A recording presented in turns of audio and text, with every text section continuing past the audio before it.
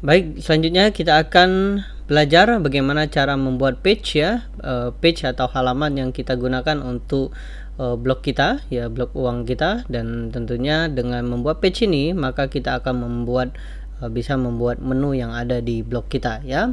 Oke, bagaimana caranya? Anda klik di sini bagian page ya, kemudian Anda klik add ya. Oke, kontak sudah ada, kemudian Anda bisa klik add new di sana ya. Anda bisa tulis tentang about atau tentang ya. Biasanya ada 3 page yang penting ya.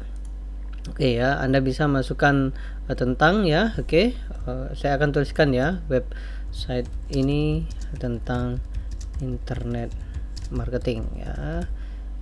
Oke, kemudian Anda bisa tulis ya post Anda ya. Jika Anda ingin menghubungi saya, Anda bisa klik link di bawah ini. Oke, kemudian Anda juga bisa tambahkan link Facebook ya. Mungkin Anda mempunyai link Facebook ya. Anda bisa kopikan link Facebook Anda ya. Oke, kemudian Anda bisa tulis oke ya, salam sukses.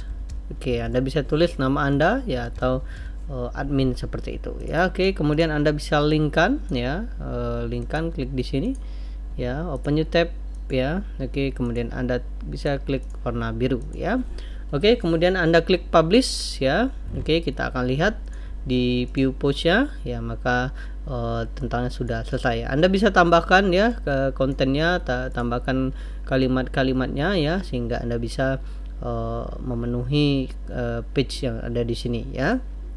Oke, kemudian kita juga masukkan untuk SEO-nya ya, tentang. Oke, kemudian ini adalah halaman tentang ya, atau about seperti itu ya.